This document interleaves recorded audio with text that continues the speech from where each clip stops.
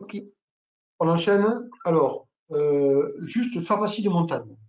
Nos confrères qui sont en, en montagne et qui voient une année horribilis, puisque voilà, le mois de décembre a été catastrophique, le mois de janvier ne s'annonce pas mieux, et malheureusement les perspectives ne sont pas bonnes.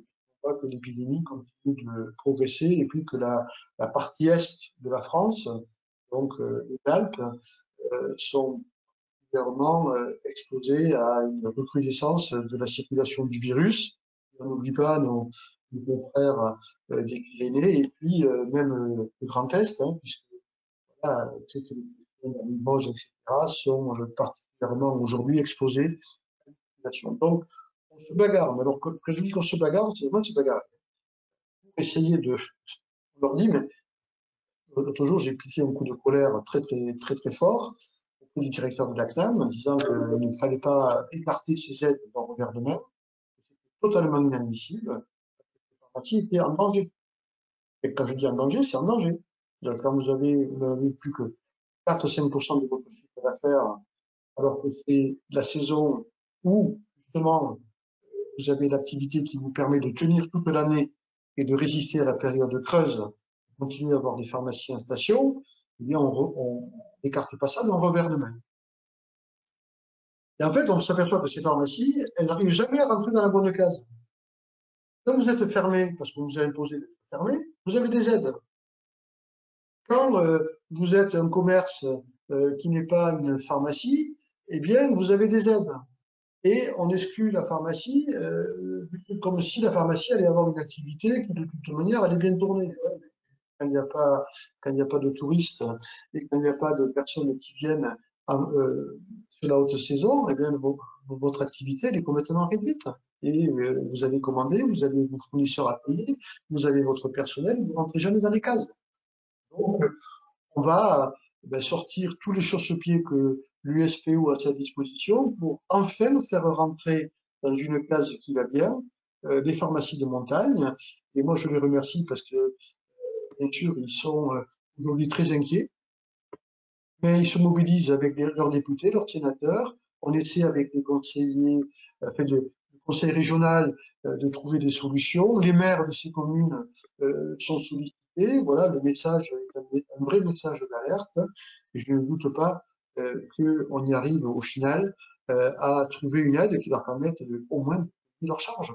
Parce que sinon, non seulement ils n'ont pas de revenus, mais en plus ils ne peuvent pas payer leurs charges. Bon, c'est une situation totalement inacceptable quand on a un fonds de solidarité nationale qui est là pour aider. Donc, on va continuer à s'occuper de ces pharmacies, de ces confrères, pour ne pas qui cumulent toutes les difficultés qu'ils peuvent rencontrer aujourd'hui.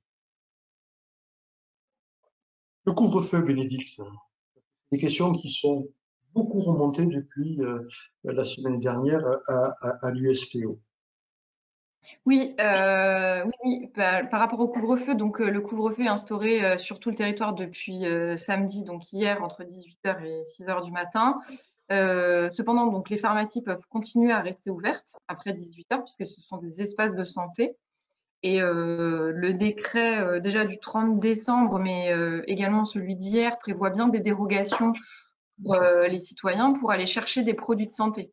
Donc les pharmacies peuvent rester ouvertes après 18h.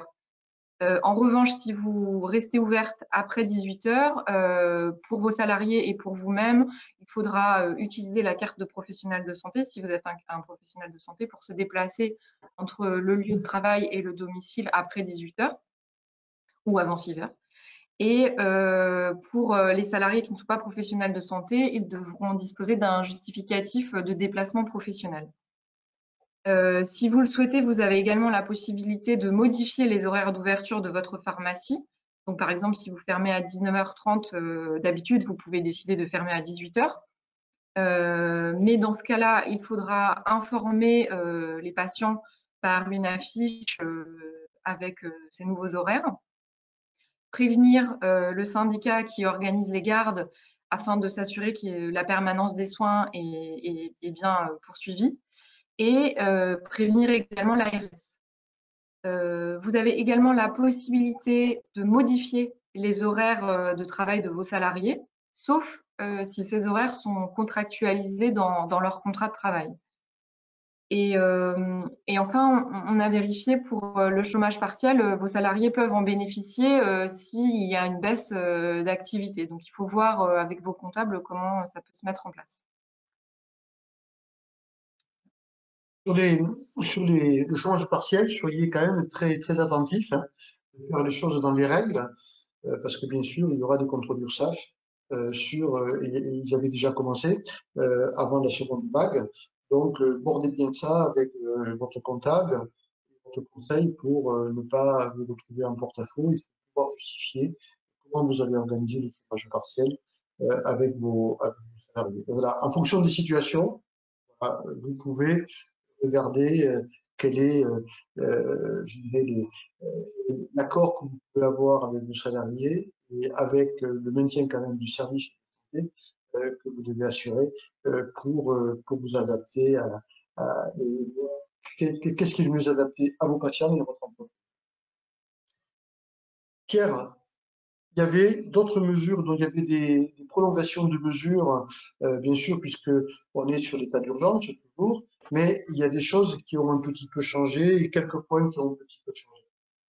Oui, donc sur l'encadrement des prix des masques et du gel hydroalcoolique, ça a pris fin cet encadrement des prix au 10 janvier, même si pour l'instant l'encadrement des prix des masques est un peu obsolète puisqu'on n'est plus à 95 centimes aujourd'hui, donc voilà, mais il y avait un encadrement qui était fait jusqu'au 10 janvier. Le ministère de l'économie devrait prendre un arrêté de prolongation dans les prochains jours. Maintenant, faites attention à ne pas modifier vos prix entre les deux arrêtés parce que je pense qu'on va être regardé par la DGCRF et puis par les associations de consommateurs qui vont faire attention à ce que le prix des gels hydroalcooliques en particulier ne flambe pas. Donc faites attention à ça. Juste un point important qui est la fabrication et la vente de solutions hydroalcooliques fabriquées à partir d'alcool non dénaturé, qui était par décret exonéré de droits durant toute la période Covid et qui, cette exonération est tombée pour les fabrications avant le 31 décembre 2020. Tout ce qui était jusqu'au 31 décembre 2020, on pouvait fabriquer des solutions hydroalcooliques avec de l'alcool non dénaturé sans avoir à payer les taxes d'assises. À partir du 31 décembre 2020, ça n'est plus possible. Si on fabrique de la solution hydroalcoolique et qu'on ne veut pas payer les droits d'assises, il faut utiliser de l'alcool dénaturé.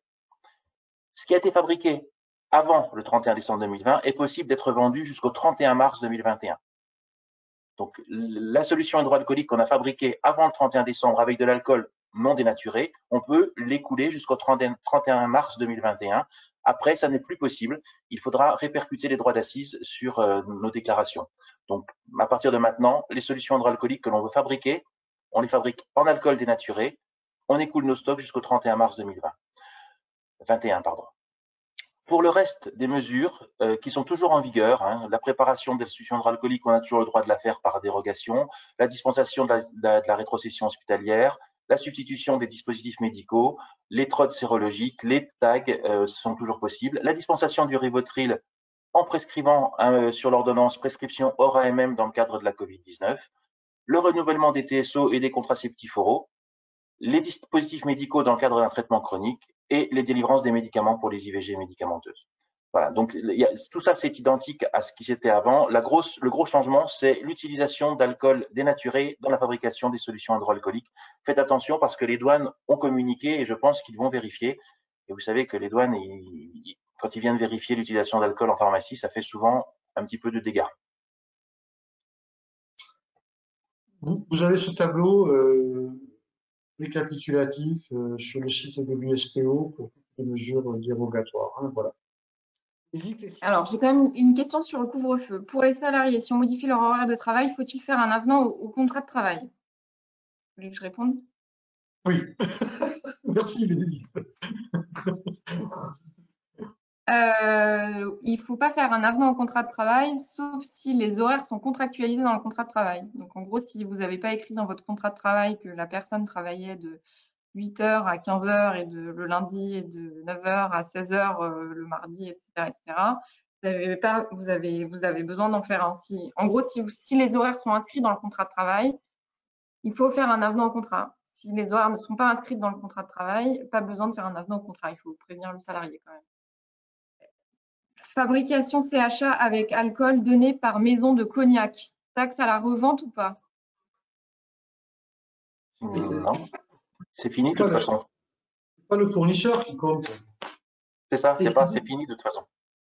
il est dénaturé ou pas dénaturé, quoi. C'est ça. Donc, s'il Alors n'est pas après, dénaturé, les douanes nous ont dit, vous pouvez le dénaturer, c'est possible.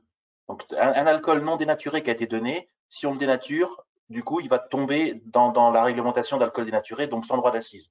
Par contre, dénaturer l'alcool, ça va être un peu compliqué. c'est quoi? C'est mettre un colorant, c'est mettre. Bah, oui, ils nous ont parlé de différentes choses et je pense qu'il faudrait qu'on se rapproche d'eux pour savoir exactement comment faire. Mais Ouais, ça, je peux faire, je peux m'en occuper de semaine prochaine. ouais, et on peut le mettre sur le site de Oui. l'USPO, avec quoi, s'il reste encore des quantités d'alcool non dénaturées, c'est embêtant parce que d'abord, le pharmacien, ben, il va se retrouver embêté avec cet alcool. Et correctement pour faire du SFA. Donc, si on peut le dénaturer.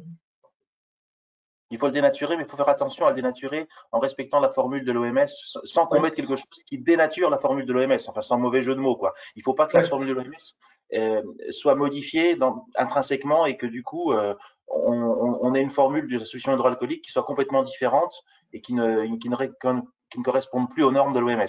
Donc, je vais poser la question officiellement avec Ouais. un écrit. Il faut peut-être voir avec nos confrères qui sont spécialisés dans les préparations pour les pharmaciens, qui nous ont filé un sacré coup de main pendant cette période à fabriquer du SHA et à se démener pour essayer qu'on puisse répondre aux besoins des patients. Peut-être qu'on piste, ils ont déjà certainement posé la question.